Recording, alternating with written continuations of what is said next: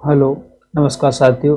आप सभी का फिर से स्वागत है मेरे चैनल राधे हिंदी एकेडमी पर। तो आज के वीडियो लेक्चर में हम बात करेंगे जो हमारी यूनिट 7 हिंदी कहानी की श्रृंखला चल रही थी। आज में हमारी उसमें अगली कहानी है उसने कहा था। आज हम उसने कहा था कहानी का मूल पाठ अध्ययन करेंगे इस वीडियो में, और नेक्स्ट वीडियो में हम फिर उसके जो तत्परक अध्ययन है उन सब बातों पर क्वेश्चन करेंगे। ठीक है, तो आइए मेरे साथ कहानी का हम अध्ययन स्टार्ट करते हैं। तो दोस्तों, अगर हम इस कहानी की बात करें, उसने कहा था कहानी के जो लेखक हैं वो हैं चंद्रधर शर्मा गुलेरी जी। जी हाँ, गुलेरी जी ने ये कहानी लिखी हुई है। अगर हम इस कहानी के कथा की बात करें तो इसमें एक सूबेदार है, उसी की इसमें कहानी को लिया गया है। चंद्रधर शर्मा गुलेरी जी ने इसमें एक ऐसे सूबेदार की कहानी लिखी है जो लड़ाई लड़ रहा है, और उसको अपने बचपन की, जो अपने मामा के यहाँ रहता था वो पहले, तो उसे अपने बचपन की कुछ घटनाएं हैं वो याद आ रही हैं, तो उसी का इसमें वर्णन है। तो आइए मैं आपको बताता चलूँगा कैसे क्या है। तो अगर हम कहानी स्टार्ट करते हैं। बड़े गाड़ी वालों की जवान के कोड़ों से जिनकी पीठ छिल गई है, बड़े शहरों के इक्के और कान पक गए हैं, उनसे हमारी प्रार्थना है कि अमृतसर के बम्बू काट वालों की बोली का मरहम लगावें। दोस्तों, एक बात रखना, जहाँ भी अगर कोई शहर का नाम आए वहाँ पे मैं अंडरलाइन करता चलूँगा। उन शहरों के नाम भी आप ध्यान में रखते चलें कि कहानी में कौन कौन से शहरों का परिवेश लिया गया है, कौन कौन से शहरों का वर्णन किया है। तो ये आप एग्जाम के पॉइंट ऑफ व्यू से महत्वपूर्ण है, तो ये आप ध्यान देते चलना कि बोली मरहम लगावे। जब बड़े बड़े शहरों की चौड़ी सड़कों पर घोड़ों की पीठ चाबुक से धुनते हुए इक्के वाले कभी घोड़े की नानी से अपना निकट संबंध स्थिर करते हैं, कभी राह चलते पैदलों की आंखों के न होने पर तरस खाते हैं, कभी उनके पैरों की अंगुलियों के पोरों को चीथ कर अपने ही को सताया हुआ बताते हैं, और संसार भर की गिलानी, निराशा और क्षोभ के अवतार बने नाक के सिर चले जाते हैं। जब अमृतसर में उनकी बिरादरी वाले तंग चक्करदार गलियों में हर एक लड़ती वाले के लिए ठहर कर, सब्र कर, समुद्र उमड़ा कर, बचो खालसा जी, हटो भाई जी, ठहरो भाई, आने दो लाला जी, हटो बाचा कहते हुए सफ़ेद फेंटों, खच्चरों और बतखों, गन्ने और खोमचे और भारे बालों के जंगल में से राह खेते हैं। क्या मजाल है कि जी और साहब बिना सुने किसी को हटना पड़े। यह बात नहीं कि उनकी जीभ नहीं चलती, पर मीठी छुरी की तरह महीन मार करती हुई।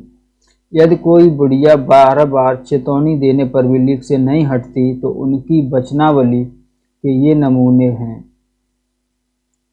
तो वो एक कहावत कहते हैं, अगर कोई बुढ़िया है, अगर वो रास्ते पे चल रही है, अगर उसे उन्होंने कई बार बोल दिया लेकिन वो नहीं हट रही है, तो फिर वो एक लाइन बोलते हैं कि हट जा पाणिए, हट जा जीने जोड़िए, हट जा कर्मा वालिए, हट जा पुत्रा प्यारिए, बच जा लंबी बालिए।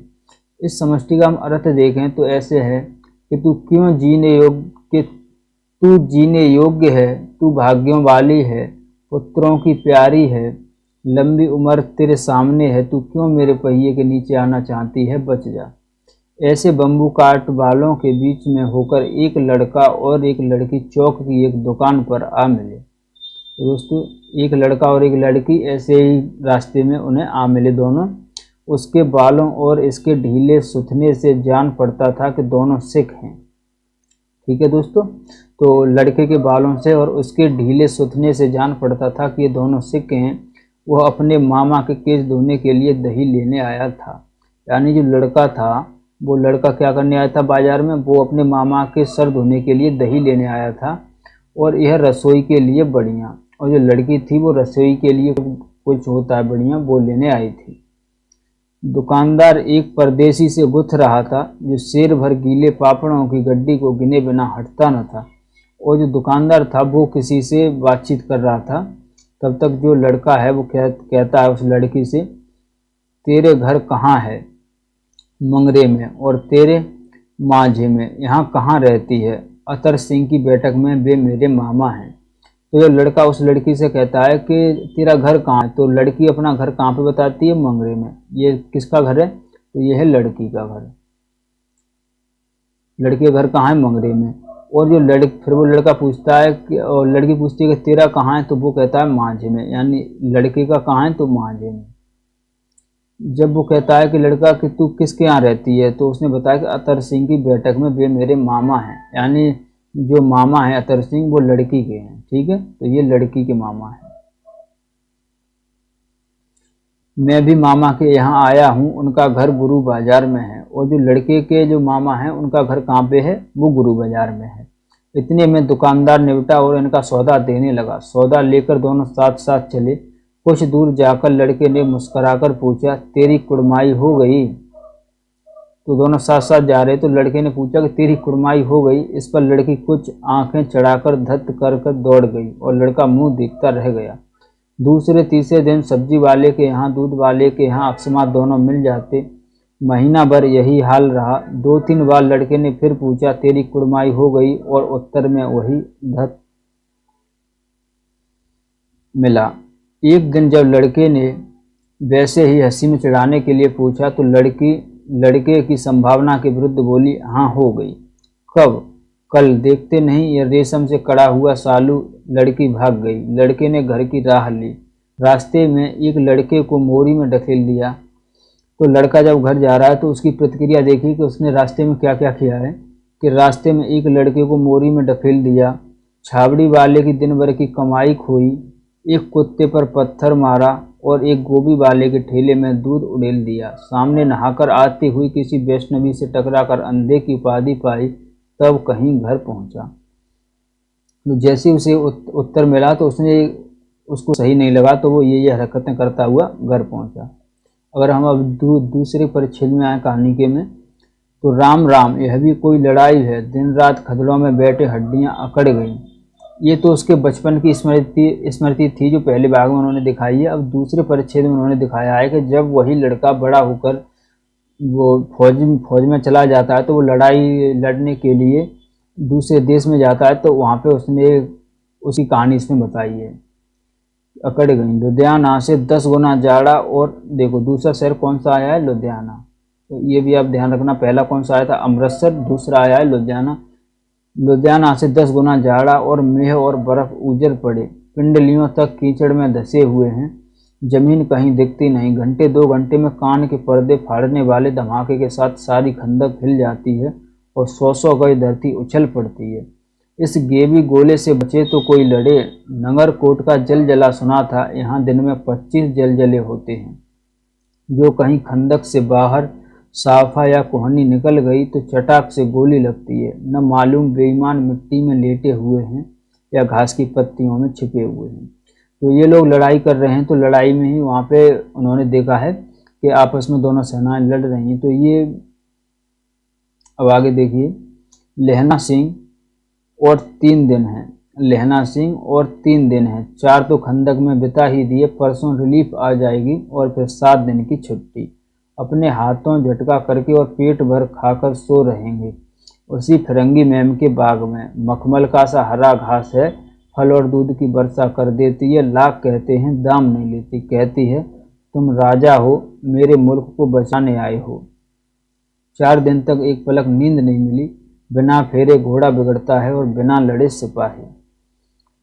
मुझे तो संगीन चढ़ाकर मार्च का हुक्म मिल जाए, फिर 7 जर्मनों को अकेला मार कर न लौटूं तो मुझे दरबार साहब की देहली पर मत्था टेकना नसीब न हो। तो देखना है फिर 7 जर्मनों को, यानी जो इसमें जो लड़ाई चल रही है वो यहाँ से हमारे देश से अंग्रेजों की तरफ से लड़ने के लिए गए थे सैनिक। और जो लड़ाई चल रही थी ये इसमें द्वितीय विश्व युद्ध का जो प्रवेश लिया गया है, प्रथम विश्व युद्ध का इसमें प्रवेश लिया गया है। तो उसमें दिखाया है कि जो वहाँ पे एक तरफ अंग्रेज थे और दूसरी तरफ जर्मन थे। तो जर्मनों से युद्ध चल रहा था, तो उसी को इसमें दिखाया है कि जर्मनों को ना मैं अकेला मार दूँ। पाजी कहीं के कलों के घोड़े संगीन देखते ही मुंह फाड़ देते हैं और पैर पकड़ने लगते हैं। यूँ अंधेरे में 30-30 मन का गोला फेंकते हैं। उस दिन धावा किया था, 4 मील तक एक जर्मन नहीं छोड़ा था। पीछे जनरल ने हट जाने का कमान दिया,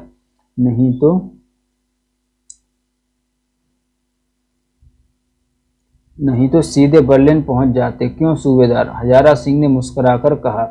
दूसरा कैरेक्टर कौन आया इसमें, एक आया सूबेदार हजारा सिंह और एक है बोधा सिंह। तो सूबेदार हजारा सिंह ने मुस्कुराकर कहा, लड़ाई के मामले जमादार या नायक चलाए नहीं चलते, बड़े अफसर दूर की सोचते हैं, 300 मील का सामना है, एक तरफ बढ़ गए तो क्या होगा।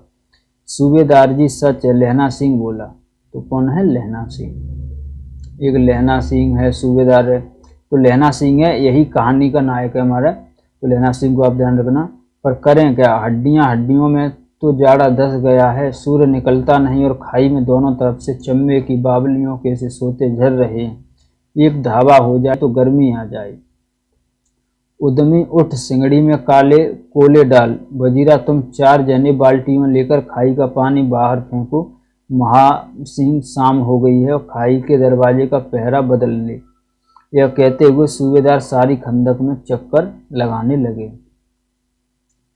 वजीरा सिंह पलटन का विदूषक था। ये वाली लाइन दोस्तों ध्यान रखना, जो वजीरा सिंह है वो उसकी पलटन, जो अपने देश से यहाँ से पलटन गई थी, उसका विदूषक है, यानी वो हंसी मजाक करता रहता है। बाल्टी में गदला पानी भरकर खाई के बाहर फेंकता हुआ बोला, मैं पादा बन गया हूँ, करो जर्मनी के बादशाह का दर्पण। इस पर सब खिलखिला पड़े और उदासी के बादल फट गए। लहना सिंह ने दूसरी बाल्टी भरकर उसके हाथ में देकर कहा, अपनी बाड़ी के खरबूजों में पानी दो, ऐसा खाद का पानी पंजाब भर में नहीं मिलेगा। हाँ, देश के हाय स्वर्ग है, मैं तो लड़ाई के बाद सरकार से 10 गुना जमीन यहाँ मांग लूंगा और फलों के बूटे लगाऊंगा। लाड़ी होरा को भी यहाँ बुला लोगे या वहीं दूध पिलाने वाली फिरंगी मैम? चुप कर, यहाँ वालों को शर्म नहीं। देश देश की चाल है, आज तक मैं उसे समझ न सका कि सिख तमाकू नहीं खाते। वह सिगरेट देने में हट करती है, होठों में लगाना चाहती है और मैं पीछे हटता हूँ तो समझती है कि राजा बुरा मान गया, अब मेरे मुल्क के लिए लड़ेगा नहीं। अच्छा, अब बोधा सिंह कैसा है? तो ये लोग आपस में अपनी कैंप में बात कर रहे हैं। अब हम आगे देखेंगे। अच्छा, अब बोधा सिंह कैसा है? जो बोधा सिंह है वो भी एक सिपाही है। अच्छा है, जैसे मैं जानता ही न हूँ। रात भर तुम अपने कंबल उसे चढ़ाते हो और आप सिंगड़ी के सहारे गुजर करते हो। उसके पहरे पर आप पहरा दे आते हो, अपने सूखे लकड़ी के तख्तों पर उसे सुलाते हो। आप कीचड़ में पड़े रहते हो, कहीं तुम न मादे पड़ जाना। जाड़ा क्या है, मौत है, और निमोनिया से मरने वालों को मुरब्बे नहीं मिला करते। डेरा मत, मेरा डर मत करो, मैं तो बुलेल की खंड के किनारे मरूंगा। भाई कीरत सिंह की गोदी में मेरा सिर होगा और मेरे हाथ के लगाए हुए आंगन के आम के पेड़ की छाया होगी। तो जो लहना सिंह है वो कहता है कि मेरी चिंता तुम छोड़ दो, मैं मरूंगा नहीं, मैं अपने भाई कीरत सिंह की गोदी में सिर रख कर ही मरूंगा और अपने आंगन में जो मेरे लगाया हुआ पेड़ है मैं उसी की छाँव में मरूंगा। वजीरा सिंह ने त्योरी चढ़ाकर कहा, क्या मरने मारने की बात लगाई है? मरे जर्मनी और तुर्क? हाँ भाइयों, कैसे? फिर तब तक वजीरा सिंह कहता है, ये वजीरा सिंह 2-4 लाइन कहता है कि दिल्ली शहर में पिसोर नु जान दिए, कर लेना जोगा लोंगा दा व्यापार मड़िए, कर लेना नाड़े दा सौदा अड़िए, ओए लाड़ा चटाका कदुए नु, कद्दू बनिया बे मजेदार गोरिए, खून लाड़ा चटाका कदुए नु। तो ये पंजाबी भाषा में लिखा हुआ है, पंजाबी वो बोलता है, पंजाबी के लोग थे वो सैनिक। कौन जानता था कि दाढ़ियों वाले घरवाली सिख ऐसा लुच्चों का गीत गाएंगे, पर सारी खंदक इस गीत से गूंज उठी और सिपाही फिर ताजे हो गए, मानो 4 दिन से सोते और मौज ही करते रहे हों। अब हम तीसरे परिच्छेद की बात करेंगे, इसमें देखेंगे। दोपहर रात गई है, अंधेरा है, सन्नाटा छाया हुआ है। बोधा सिंह खाली बिस्कुटों के 3 टिनों पर अपने दोनों कंबल बिछाकर और लहना सिंह के 2 कंबल और एक बरान कोट ओढ़कर सो रहा है। लहना सिंह पहरे पर खड़ा हुआ है, एक आंख खाई के मुंह पर है और एक बोधा सिंह के दुबले शरीर पर। बोधा सिंह कराह, यानी जो बोधा सिंह जो सिपाही है उसकी तबीयत ज़्यादा खराब है, तो उसी का इसमें दिखाया गया है। लेकिन जो अपना लहना सिंह है, लहना सिंह अपने कंबल से और अपनी जगह से उसे काफ़ी सुरक्षित कर रहा है। क्यों बोधा भाई, क्या है? पानी पिला दो। लहना सिंह ने कटोरा उसके मुंह से लगाकर पूछा। कहो कैसे हो? पानी पीकर बोधा बोला। कंपनी छूट रही है, रोम रोम में तार दौड़ रहे हैं, दांत बज रहे हैं। अच्छा, मेरी जर्सी पहन लो। और तुम? मेरे पास सिंगड़ी है और मुझे गर्मी लगती है, पसीना आ रहा है। ना, मैं नहीं पहनता, 4 दिन से तुम मेरे लिए। हाँ, याद आई, मेरे पास दूसरी गर्म जर्सी है, आज सवेरे ही आई है, विलायत से बुन बुन कर भेज रही हैं। मैं गुरु उनका भला करे। यूँ कहकर लहना अपना कोट उतारकर जर्सी उतारने लगा। सच कहते हो और नहीं झूठ? यूँ कहकर ना ही करते हो। बोदा को उसने जबरदस्ती जर्सी पहना दी और आप खाली खाकी कोट और जीन का कुर्ता भर पहनकर पहरे पर आ खड़ा हुआ। मैम की जर्सी की कथा केवल कथा थी। आधा घंटा बीता, इतने में खाई के मुंह से आवाज आई, सूबेदार हजारा सिंह। कौन? लपटन साहब, हुक्म हुजूर, कहकर सूबेदार तनकर फौजी सलाम करके सामने हुआ। देखो, इसी दम धावा करना होगा। मील भर की दूरी पर पूरब के कोने में एक जर्मन खाई है, उसमें 50 से ज्यादा जर्मन नहीं है। इन पेड़ों के नीचे नीचे 2 खेत काट कर रास्ता है, 3-4 घुमाव हैं, जहाँ मोड़ है वहाँ 15 जवान खड़े कर आया हूँ। तुम यहाँ 10 आदमी छोड़कर सबको साथ ले उनसे जा मिलो। खंदक चीन कर वहीं, जब तक दूसरा हुक्म न मिले डटे रहो, हम यहाँ रहेंगे, जो हुक्म। तो क्या हुआ कि इनके जो टुकड़ी में जो सरदार थे, तो वो सरदार का वेश बदलकर एक जर्मन आया हुआ है, तो वो जर्मन उसी की तरह नकल कर रहा है, उनके जो सूबेदार हैं उनकी तरह, तो लेफ्टिनेंट साहब की तरह। तो ये बात उन्हें अभी तक पता नहीं है, लेकिन बाद में हजारा सिंह इसका पता लगा लेता है। तो वो इन्हें कुछ कुछ को अलग अलग कर रहा है, तो उसी का उसने बताया है। चुपचाप सब तैयार हो गए। बोदा भी कंबल उतार कर चलने लगा, तब लहना सिंह ने उसे रोका। लहना सिंह आगे हुआ तो बोदा के बाप सूबेदार ने उंगली से बोदा की ओर इशारा किया। ये बात ध्यान रखना, लहना सिंह आगे हुआ तो बोदा के बाप सूबेदार ने उंगली के से बोदा को इशारा किया। लहना सिंह समझकर चुप हो गया। पीछे 10 आदमी कौन रहे, इस पर बड़ी हुज्जत हुई। कोई रहना न चाहता था। समझा बुझाकर सूबेदार ने मार्च किया। लेफ्टिनेंट साहब लहना की सिंगड़ी के पास मुंह फेरकर खड़े हो गए और जेब से सिगरेट निकालकर सुलगाने लगे। 10 मिनट बाद उन्होंने लहना की ओर हाथ बढ़ाकर कहा, लो तुम भी पियो। आंख मारते मारते लहना सिंह सब समझ गया। मुंह का भाव छिपाकर बोला, लाओ साहब।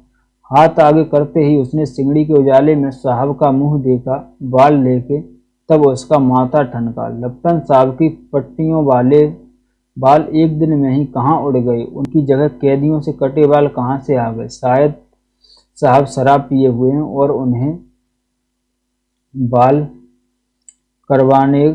कटवाने का मौका मिल गया है। लहना सिंह ने जांचना चाहा। लेफ्टिनेंट साहब 5 वर्ष से उसकी रेजिमेंट में थे, तो जैसे ही उसे पता लगा कि उसके जो लेफ्टिनेंट साहब हैं वो तो ये नहीं लग रहे हैं, उनके बाल थे और इसके बाल नहीं हैं, और भी वो परीक्षा लेता है, तो वो देखना, क्योंकि वो जानता था कि वो उनके साथ रेजिमेंट में 5 साल से रह रहा था, तो वो लेफ्टिनेंट साहब की हर हरकत जानता था। क्यों साहब, हम लोग हिंदुस्तान कब जाएंगे? लड़ाई खत्म होने पर। क्यों, क्या यह देश पसंद नहीं? नहीं साहब, शिकार के बेमजे यहाँ कहाँ। याद है, पारसाल नकली लड़ाई के पीछे हम आप जगाधरी जिले में शिकार करने गए थे। तो ये दोस्तों ध्यान रखना, यहाँ से क्वेश्चन पूछा जा सकता है कि लहना सिंह ने पहला क्वेश्चन जो उससे किया है वो कौन सा किया है, तो उसने किया है कि हम जगाधरी जिले में शिकार खेलने जाते थे। तो लेफ्टिनेंट साहब कहता है, हाँ हाँ, वहीं जब आप खोते पर सवार थे और आपका खान मासा अब्दुल रास्ते के एक मंदिर में जल चढ़ाने को रह गया था। बेशक पाजी कहीं का, सामने से वह नील गाय निकली कि ऐसी बड़ी मैंने कभी न देखी थी, और आपकी ये गोली कंधे में लगी और पुट्ठे में निकली। ऐसे अफसर के साथ शिकार खेलने में मजा है। क्यों साहब, शिमले से तैयार होकर उस नील गाय का सिर आ गया था ना? आपने कहा था कि रेजिमेंट की मेंस में लगाएंगे। हाँ, पर मैंने वह विलायत भेज दिया। तो वो कैसे कैसे परीक्षा ले रहा है ये आप ध्यान से देख दे चलना। तो वो उसने पहला क्वेश्चन किया कि वहाँ पे शिकार खेलने जाते थे, और दूसरा किया है कि आपका खान मासा अब्दुल्ला रास्ते के एक मंदिर में जल चढ़ाने को रह गया था। यानी देख रहे हो, एक मुस्लिम मंदिर में जल चढ़ाने को जा रहा था, बेशक आजी कहीं का। हाँ, पर मैंने यह विलायत भेज दिया है। तो वो कहते हैं कि नहीं, मैंने वो नीलगाय का सिर विलायत भेज दिया। ऐसे बड़े बड़े सींग 2-2 फुट के तो होंगे। देखो, नीलगाय के वो सींग बता रहा है कि 2-2 फुट के सींग होंगे। हाँ लहना सिंह, 2 फुट 4 इंच के थे। तुमने सिगरेट नहीं पिया? पीता हूँ साहब, दिया सलाई ले आता हूँ, कहकर लहना सिंह खंदक में घुसा। अब उसे संदेह नहीं रहा था। उसने झटपट निश्चय कर लिया कि क्या करना चाहिए। अंधेरे में किसी सोने वाले से वो टकराया। कौन, वजीरा सिंह? हाँ, क्यों लहना, क्या क़यामत आ गई? जरा तो आंख लगने दी होती।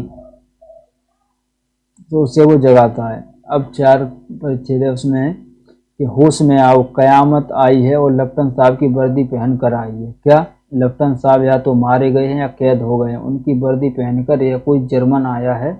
सूबेदार ने इसका मुंह नहीं देखा, मैंने देखा और बातें की हैं। सोहरा साफ उर्दू बोलता है पर किताबी उर्दू, और मुझे पीने को सिगरेट दिया है।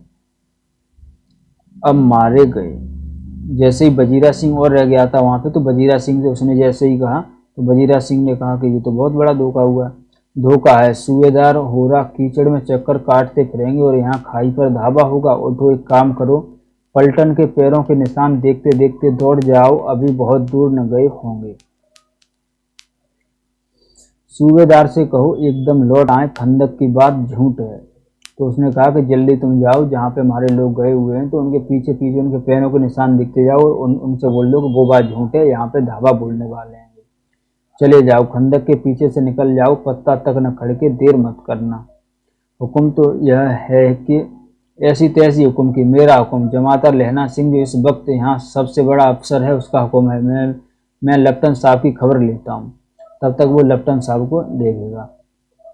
पर यहाँ तो तुम 8 हैं, 8 नहीं 10 लाख, एक एक अकालिया सिख 1.25 लाख के बराबर होता है। चले जाओ। लौटकर खाई के मुहाने पर लहना सिंह दीवार से चिपक गया। उसने देखा कि लेफ्टिनेंट साहब ने जेब से बेल के बराबर 3 गोले निकाले, तीनों को जगह जगह खंदक की दीवारों में घुसेड़ दिया और तीनों में एक तार सा बांध दिया। तार के आगे सूत की एक गुत्थी थी जिसे सिंगड़ी के पास रखा।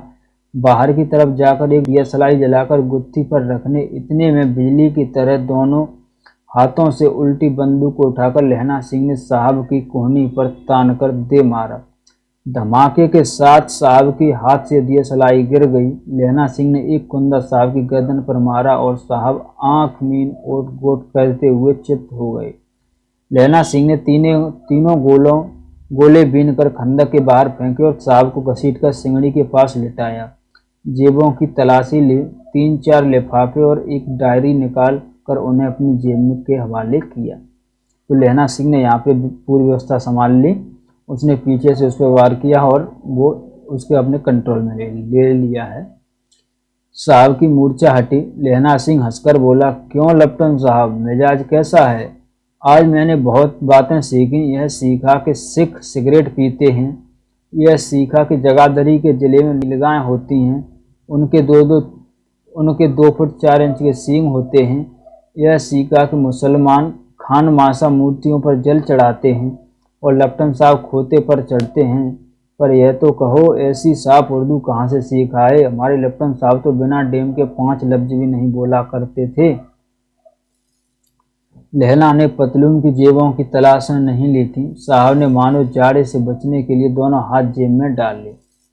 लहना सिंह कहता गया, चालाक तो बड़े हो, पर मांझे का लहना इतने बरस लेफ्टिनेंट साहब के साथ रहा है, उसे चकमा देने के लिए 4 आंखें चाहिए। 3 महीने हुए कि एक तुर्की मौलवी मेरे गांव आया था। औरतों को बच्चे होने के ताबीज बांटता था और बच्चों को दवाई देता था। चौधरी के बड़ के नीचे मंजा बिछाकर हुक्का पीता रहता था और कहता था कि जर्मनी वाले बड़े पंडित हैं, वेद पढ़ पढ़ कर उसमें से विमान चलाने की विद्या जान गए हैं। गौ को नहीं मारते, हिंदुस्तान में आ जाएंगे तो गौ हत्या बंद कर देंगे। मंडी के बनियों को बहकाता कि डाक खाने से रुपया निकाल लो, सरकार का राज्य जाने वाला है। डाक बाबू पोलू राम भी डर गया था। मैंने मुल्ला जी की दाढ़ी मूड दी थी और गांव से बाहर निकाल कर कहा था कि जो मेरे गांव में अब पैर रखा तो। साहब की जेब में से पिस्तौल चली और लहना की जांग में गोली लगी।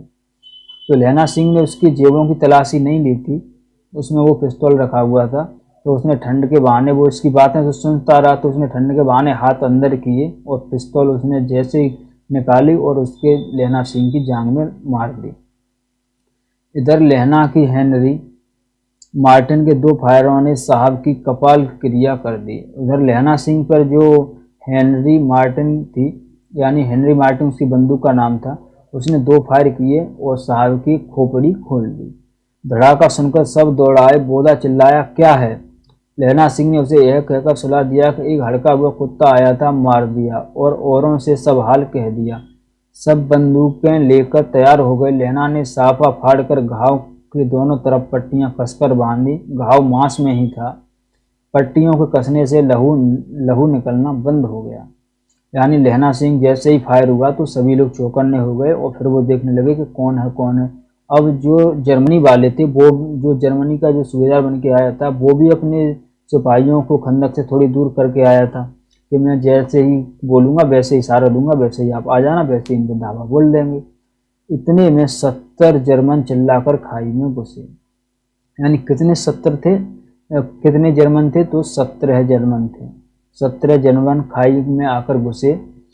सिखों की बंदूकों की बाढ़ ने पहले धावे को रोका, दूसरे को रोका, पर यहाँ थे 8। लहना सिंह तब तक कर मार रहा था, वो खड़ा था और लेटे हुए थे, और वे 17 अपने मुर्दा भाइयों के शरीर पर चढ़कर जर्मन आगे घुसे आते थे। थोड़े से मिनटों में वे अचानक आवाज आई, वाह गुरुजी की फतेह, वाह गुरुजी का खालसा, और धड़ाधड़ बंदूकों ने फायर जर्मनों की पीठ पर पड़ने लगे।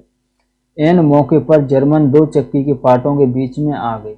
यानी जो वजीरा सिंह था वो संदेशा लेके गया था, जो खाई की तरफ गए थे उनके पास, कि वहाँ पे जर्मनों ने ऐसे ऐसे हमें धोखा दिया है और वो धावा बोलने वाले हैं। तो वो लोग पीछे से आए और ये लोग आगे से थे। अब हुआ ये कि जर्मन फंस गए बीच में, तो अब दोनों तरफ से उनके फायरिंग पड़ने लगी। पीछे से सूबेदार हजारा सिंह के जवान आगे बरसाते थे और सामने लहना सिंह के साथियों के संगीन चल रहे थे। पास आने पर पीछे वालों ने भी संगीन फिरौना शुरू कर दिया। एक किलकारी और अकाल सिख दी फौज आई, वाह गुरु दी फतेह, वाह गुरु दा खालसा, सत श्री अकाल पुरख, और लड़ाई खत्म हो गई। 63 जर्मन या तो खेत रहे थे या कराह रहे थे। यानी 63 जर्मन या तो वो मर गए थे या कराह रहे थे। सिखों में 15 के प्राण गए, और जो सिखों की रेजिमेंट से थे उसमें 15 मारे गए। ठीक है दोस्तों, ये ध्यान रखना, 15 मारे गए। सूबेदार के दाहिने कंधे में से गोली आर पार निकल गई थी, और जो सूबेदार थे उसके कंधे में से आर पार गोली निकल गई थी। लहना सिंह की पसली में एक गोली लगी, जो लहना सिंह की जांग में गोली लगी हुई थी वही। उसने घाव को खंदक की गीली मिट्टी से पूर लिया और बाकी का साफा कसकर कमरबंद की तरह लपेट लिया। किसी को खबर न हुई कि लहना को दूसरा घाव भारी घाव है। लड़ाई के समय चांद निकल आया था, ऐसा चांद जिसके प्रकाश से संस्कृत कवियों का दिया हुआ छई नाम सार्थक होता है। और हवा ऐसी चल रही थी जैसी बाणभट्ट की भाषा में दंत बीड़ो उपादशक चार कहलाती।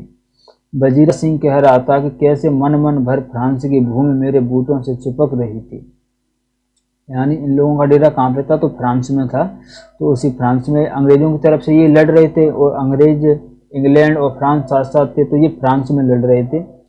जब मैं दौड़ा दौड़ा सूबेदार के पीछे गया था, सूबेदार लहना सिंह से सारा हाल सुन और कागजात पाकर वे उसकी तुरंत बुद्धि को सराह रहे थे और कह रहे थे कि तू न होता तो आज सब मारे जाते। इस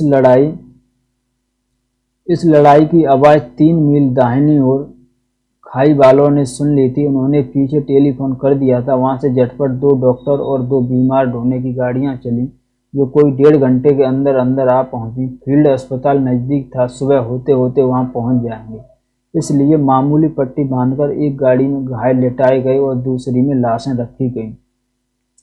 सूबेदार ने लहना सिंह की जांघ में पट्टी बंधवानी चाहिए, पर उसने यह कहकर टाल दिया कि थोड़ा घाव है, सवेरे देखा जाएगा। बोधा सिंह ज्वर में बर्रा रहा था, और जो बोधा सिंह था वो सूबेदार का बेटा था। उसे बहुत ज्वर यानी बुखार आ रहा था।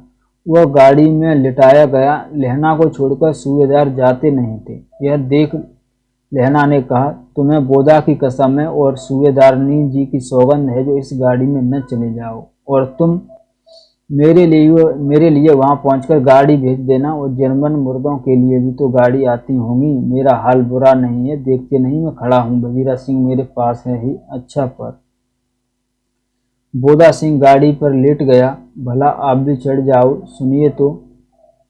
सूबेदारनी होरा को चिट्ठी लिख दो, तो मेरा मत्था टेकना लिख देना, और जब घर जाओ तो कह देना कि मुझसे जो उसने कहा था वह मैंने कर दिया।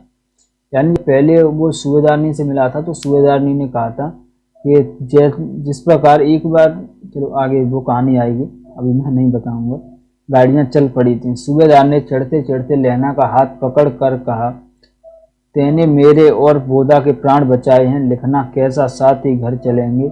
अपने सूबेदारनी को तू कह देना उसने क्या कहा था। अब आप गाड़ी पर चढ़ जाओ, मैंने तो कहा वह लिख देना और वह कह भी देना। गाड़ी के जाते लहना लेट गया। वजीरा पानी पिला दे और मेरा कमरबंद खोल दे, तर हो रहा है। जैसे ही गाड़ी गई तो फिर उसने बोला कि वजीरा तू मेरा कमरबंद खोल और मुझे थोड़ा पानी पिला दे।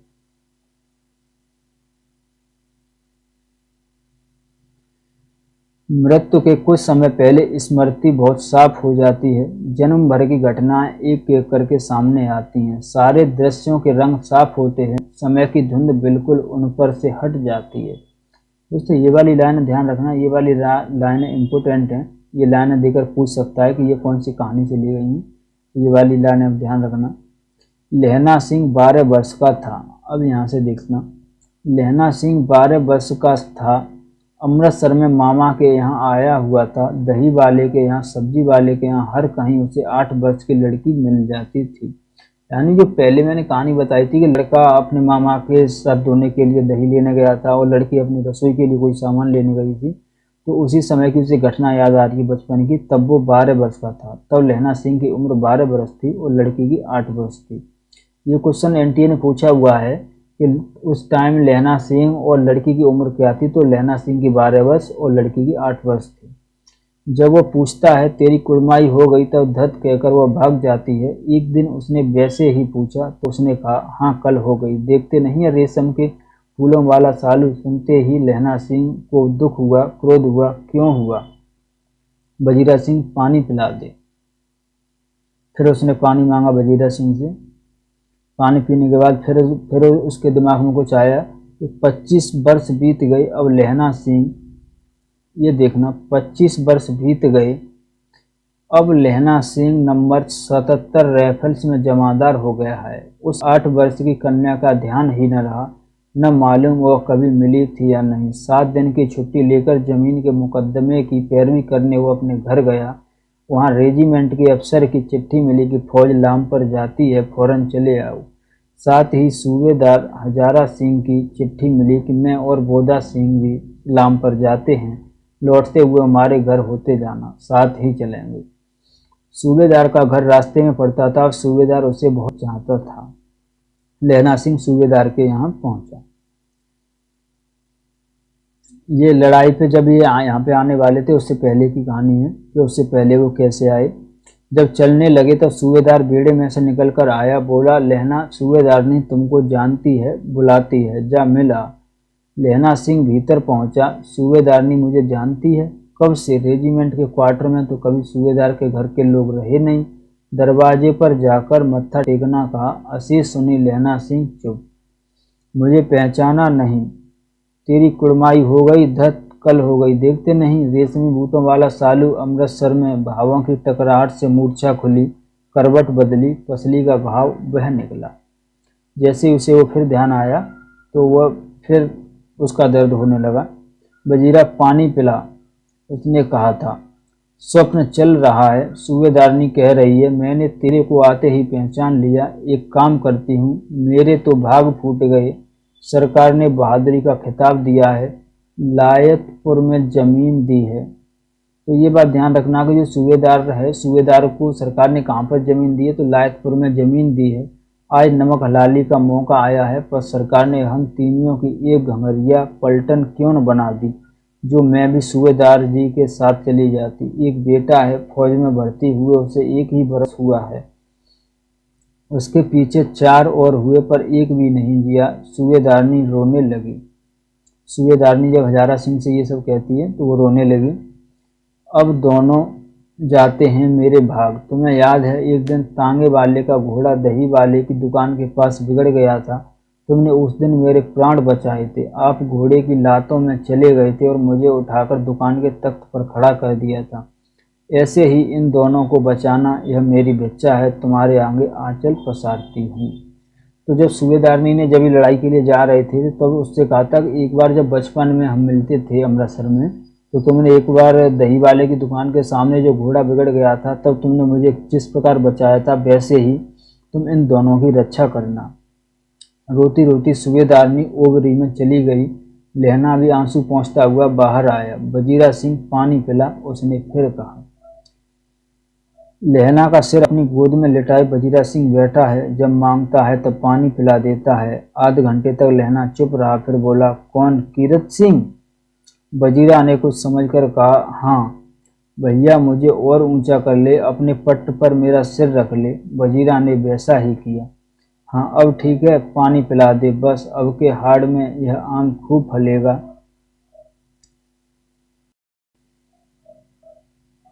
चाचा भतीजा दोनों यहीं बैठकर आम खाना। जितना बड़ा तेरा भतीजा है उतना ही है आम।